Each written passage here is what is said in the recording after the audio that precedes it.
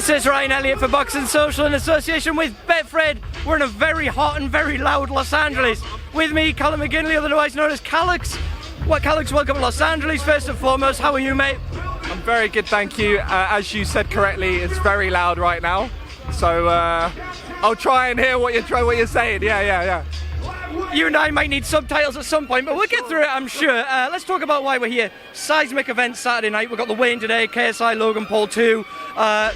Beyond comprehension for a lot of us. You've known JJ a long time.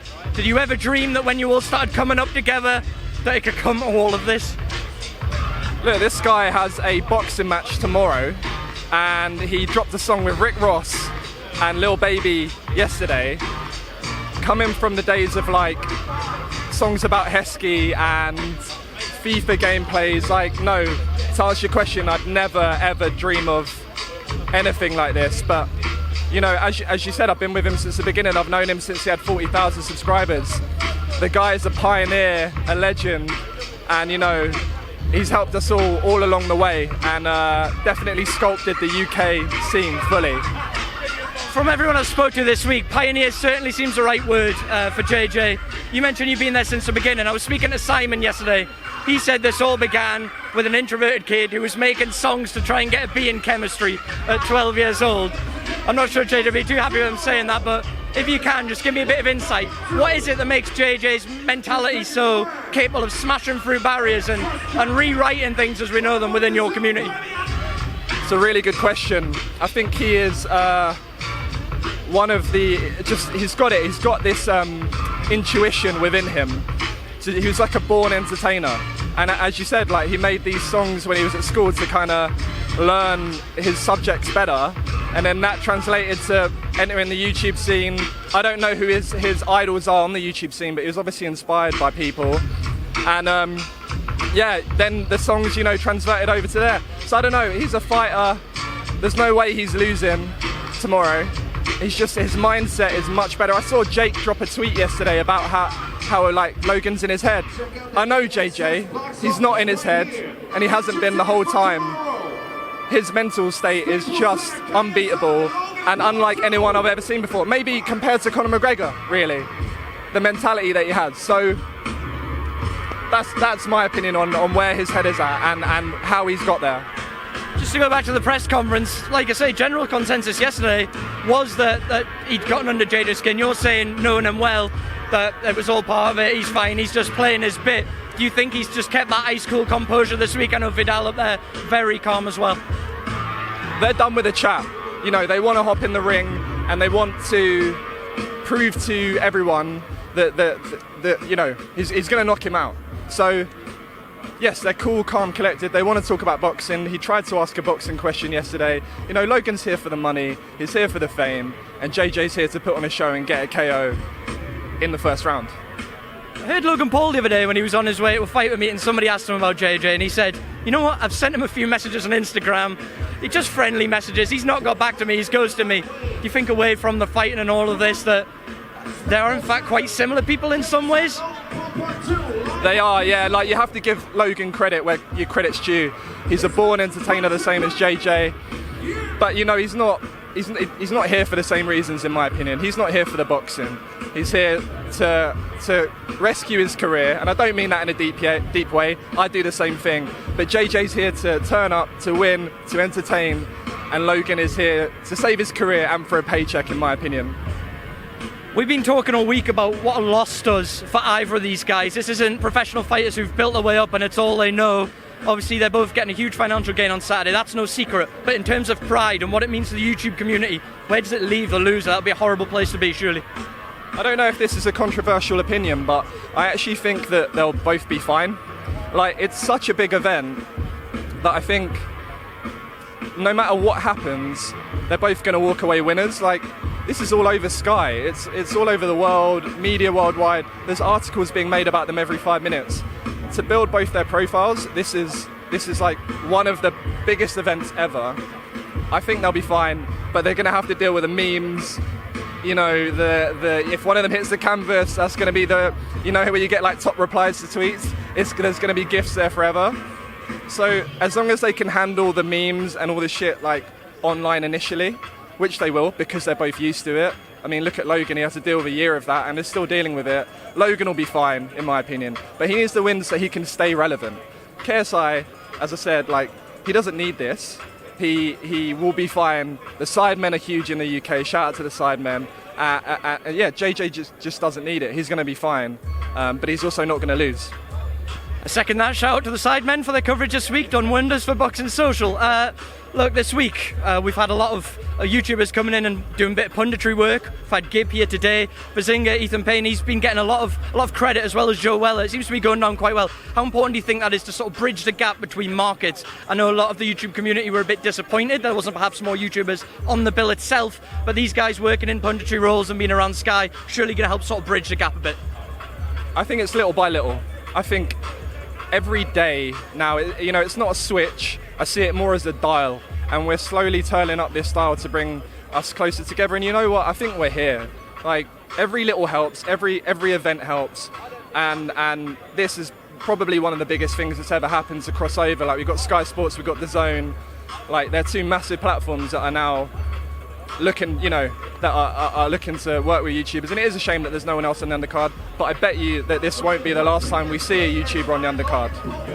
Just about to come on to that, and Ethan Gibbs here today. He's already started doing the rounds and making a bit of noise. We love seeing him involved. At the London press conference, he stormed the stage, and a lot of the boxing media were like, who the hell is this? But all of a sudden, the fight with Jake Paul just became that bit more significant for the wider community. Do you think it's important that this isn't just a flash in the pan if DAZN, etc. are going to try and pick up on this, that they need to get more captivating fights in the future, such as Gib and Jake Paul, to keep growing that audience? If you look at, you know, I'm not going to pretend like I'm the biggest boxing fan. I'm more of an MMA fan myself. But if you look at boxing before, like, Joshua, and between, like, this is my opinion as well, correct me if I'm wrong, guys, but you know, your Lennox Lewis, and back then I used to watch boxing back then, and then I kind of stopped for a couple years, and obviously maybe I'm just looking for those, like, massive headline fights like Joshua, but for these guys to be bringing in the young rulers, it's been said a lot, I don't need to say it again, but it really brings excitement back to the sport for this younger generation. And if they see a couple knockouts on the undercard, you know, it's only going to do good things. And I've seen a lot of negativity, and I get it. You've got boxing purists, but, like, this is it 100%. Like, even if it adds 10 fans to boxing, those are 10 fans that weren't there before. And next week and the week after and the week after that, you still get the pro fights that you're used to. But what's wrong with having this in the meantime? So yeah, it really is bridging the gap, and I think it's doing great things for the sport. Only a couple more, Cal. I just wanted to pick up on that. We've got two world champions, two of our finest fighters in the world at the minute, Billy Joe Saunders and Devin Haney, fighting on the undercard of two YouTubers. As you mentioned, the hardcore boxing fans, a lot of them, perhaps the older generation, were saying it's a disgrace, they shouldn't be on the undercard of two relative novices. That said, the fighters themselves, Devin, Billy Joe, I know they see it as an opportunity to appeal to a market you know incredibly well. In your much more validated opinion than mine, could you just tell me how big an opportunity this is for them? How do I put this into words? I think that everyone on this undercard are some of the smartest fighters I've seen, apart from people that don't need it. Like, you probably wouldn't put Anthony Joshua and Ruiz on this undercard. That's stupid. But for anyone kind of below that, so you've got the top 1%, then maybe like 5% below that, I'd put Billy and, you know, Devin in that 5%, but they're smart. It's all about getting your name out there. It's all about people knowing who you are.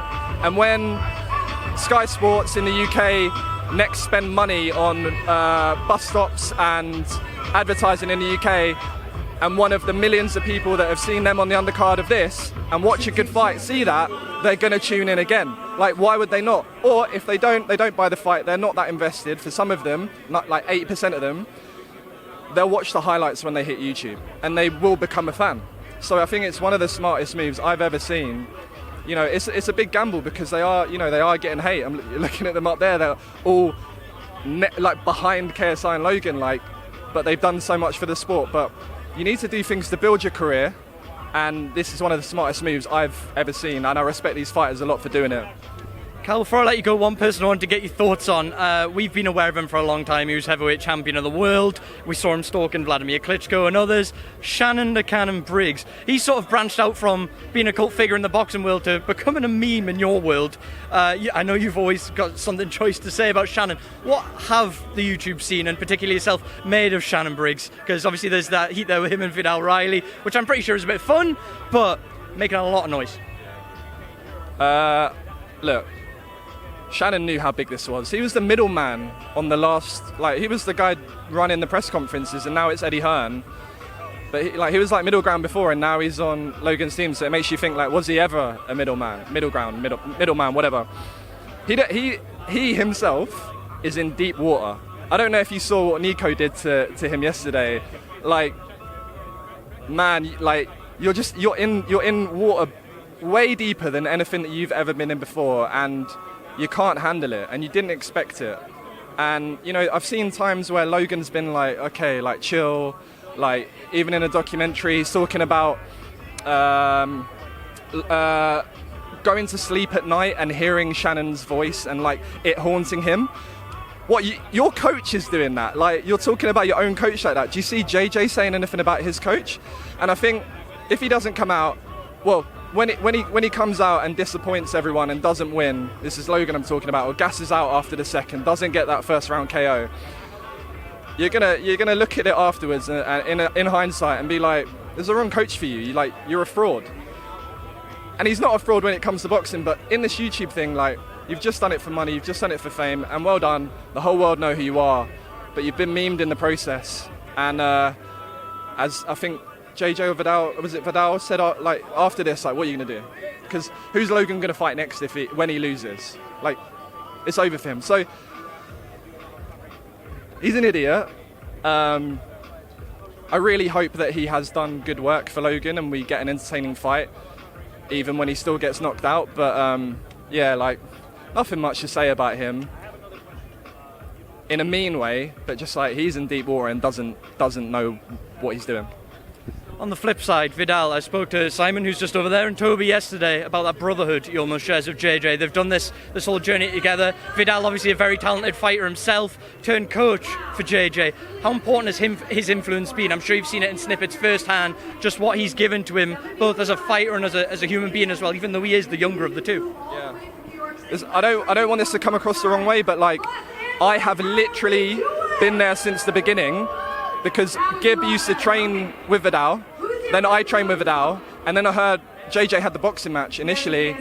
I started recording the Can't Lose documentary, but before that, I said to JJ, you should check out Vidal. It was my subtle link after Gib found him that put them together. So I have seen every single moment of that up to now.